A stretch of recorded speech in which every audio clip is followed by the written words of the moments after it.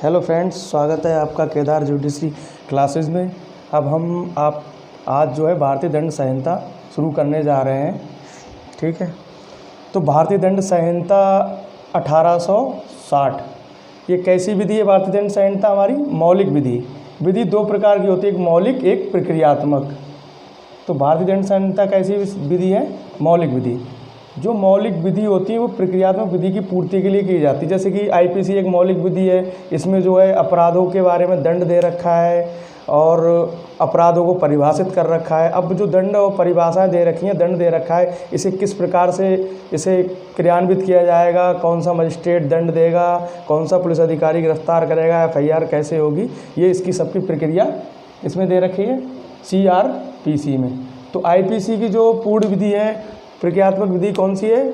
CRPC। अब हम आते हैं सबसे पहले कि CRPC का निर्माण कैसे हुआ है, गठन कैसे हुआ। भारत में जो प्रथम विधि आयोग था, उसके द्वारा जो प्रथम विधि आयोग आया था 1834 में, अंग्रेज़ों के टाइम। तब जो था हमारा यहाँ पे इसका प्रथम विधि आयोग के अनुसार भारतीय दंड संहिता 1860 का निर्माण हुआ। तो इसके जो प्रथम विधि आयोग थे, इसके अध्यक्ष कौन थे? प्रथम विधि आयोग के अध्यक्ष थे लॉर्ड मैकाले, और अध्यक्ष के साथ साथ इसमें 3 अन्य सदस्य थे। 3 अन्य सदस्य कौन थे? मैक्लियोड थे, एंडरसन थे, मिलेट थे। अब हम आते हैं कि आईपीसी का निर्माण कब पूरा हुआ। तो 6 अक्टूबर 1860 को आईपीसी का निर्माण हुआ, मतलब आईपीसी बनकर तैयार हुई। अब ये क्वेश्चन आता है कि लागू कब होगी, लागू कब हुई, कौन से दिनांक को लागू हुई? लागू हुई 1 जनवरी 1862 को। अधिनियम इस आईपीसी का अधिनियम संख्यांक कितना है? यह 45। अब इसमें कुल आईपीसी में जो है कुल अध्याय 23 हैं।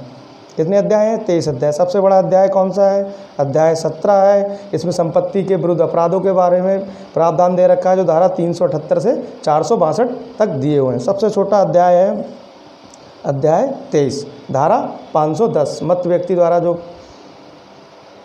दंड का प्रावधान दे रखा है मत व्यक्ति का, इसमें धारा 23 में दे रखा है। सॉरी, अध्याय 23 में धारा 510 नहीं 511 अध्याय। सबसे छोटा अध्याय जो है 523 है। इसमें सिर्फ एक धारा है, कौन सी है? 511। और आईपीसी में कुल कितनी धाराएं हैं? टोटल धाराएं हैं 511 आईपीसी में।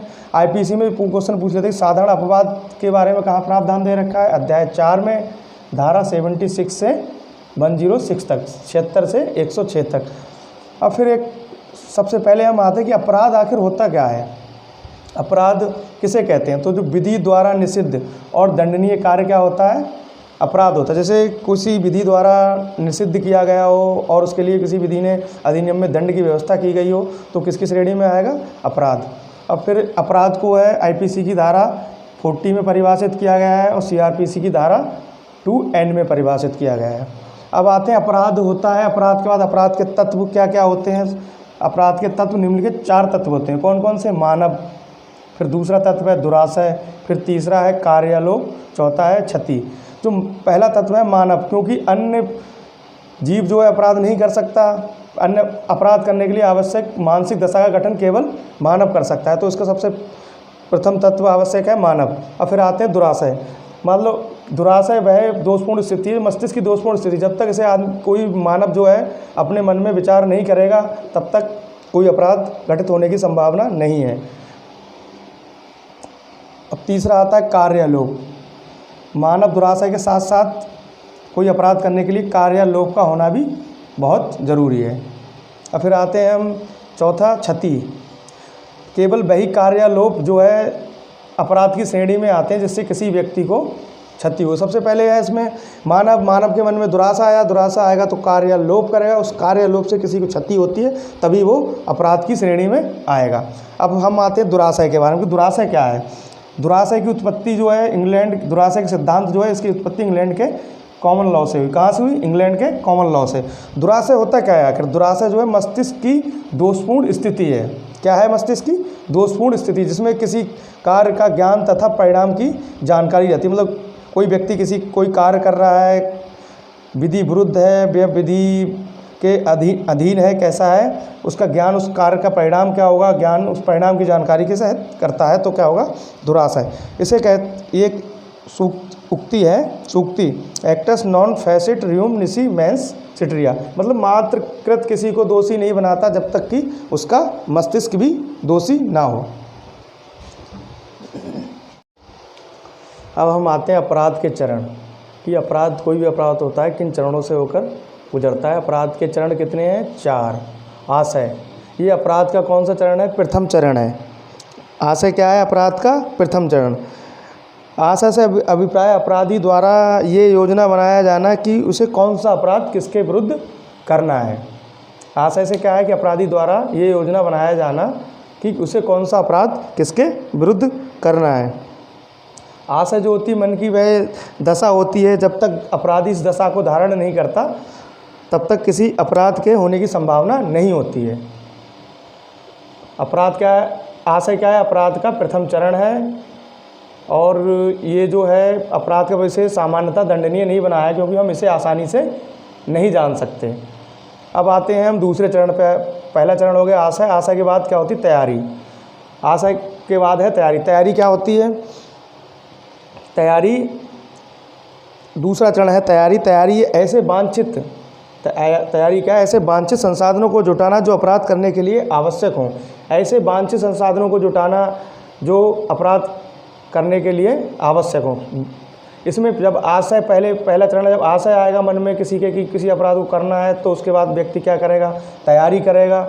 इस तैयारी को सामान्यतः दंडनीय नहीं बनाया गया है क्योंकि तैयारी मात्र से किसी को क्षति नहीं होती है। यदि तैयारी साबित भी हो जाए तो ये संभावना बनी रहती है तैयारी किस अपराध को करने के लिए हुई, या फिर तैयारी जो है, अब तैयारी अपराधी जो अपने बढ़ते कदमों को भी रोक सकता है। अब जो आशय आया है व्यक्ति के मन में तो तैयारी करेगा, तैयारी की। अब उस तैयारी को सामान्यतः दंडनीय नहीं बनाया गया है, लेकिन निम्नलिखित अपवादिक दशाओं में दंडनीय बनाया गया है। कौन कौन सी अपवादिक दशाएं हैं वो? धारा 122। धारा 122 के तहत क्या है? भारत सरकार के विरुद्ध युद्ध की तैयारी, धारा 122 में दे रखा है। या फिर एक धारा 126 में दिया है मित्र देश के साथ लूटपाट की तैयारी। धारा 399 में हमारा दिया हुआ है डकैती की तैयारी।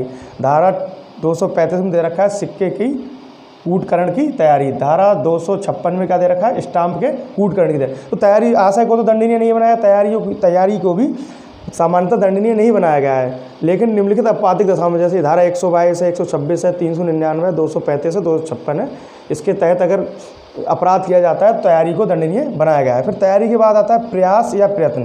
प्रयास या प्रयत्न क्या होता है? प्रयास या प्रयत्न वह है कि जो तैयारी में जुटाए गए संसाधन थे उनका प्रयोग करना।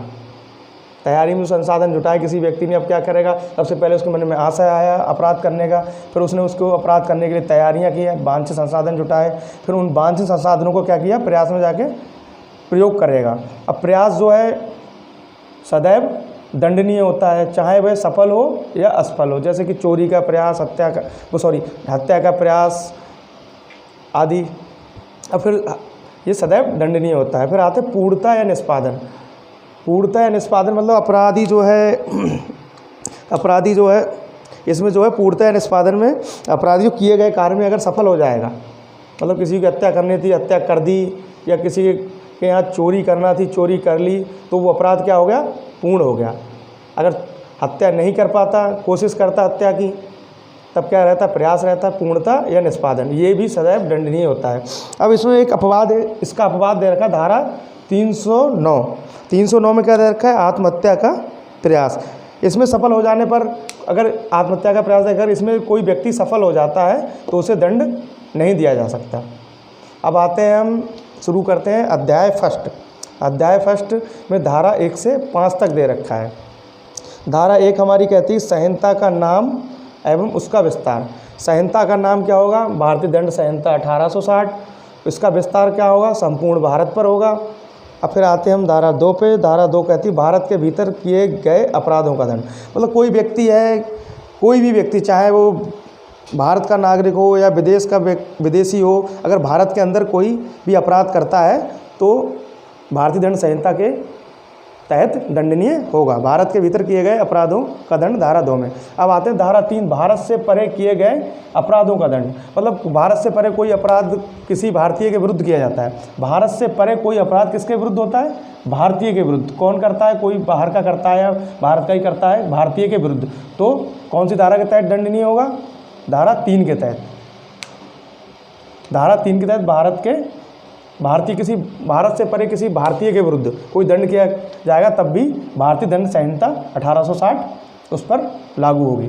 अब आते हैं राज्य क्षेत्रातीत अपराधों पर संहिता का विस्तार। राज्य क्षेत्रातीत अपराधों संहिता का विस्तार कहाँ दे रखा है? धारा 4 में क्या दे रखा है? भारत से बाहर या परे किसी भारतीय द्वारा अपराध, मतलब भारत के बाहर या विदेश में कोई व्यक्ति है, किसी भारतीय द्वारा अपराध किया जाता है तो कौन सी भारतीय दंड संहिता के अधीन दंडनीय होगा। या फिर भारत में रजिस्ट्रीकृत कोई पोत है, भारत में रजिस्ट्रीकृत पोत है या विमान है, चाहे किसी भी देश की सीमा पर हो, किसी व्यक्ति द्वारा अगर पोत पे या विमान पे क्या किया जाता है, कोई अपराध किया जाता है, तो उसमें भी क्या होगी? भारतीय दंड संहिता 1860 के तहत उसे दंडनीय किया जाएगा।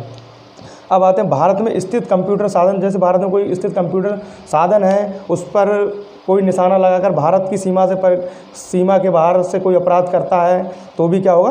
भारतीय दंड संहिता 1860 के तहत दंडनीय होगा। अब आते हैं धारा 5 पे। धारा 5 कहती है कुछ विधियों पर इस अधिनियम द्वारा प्रभाव न डाला जाना। मतलब जो साधारण विधि जो है विशेष विधि का अल्पीकरण नहीं करती, मतलब धारा 5 में दे रखा है कुछ विधियों, मतलब कुछ विधियाँ दे रखी हैं, उन पर इस अधिनियम द्वारा प्रभाव न डाला जाना।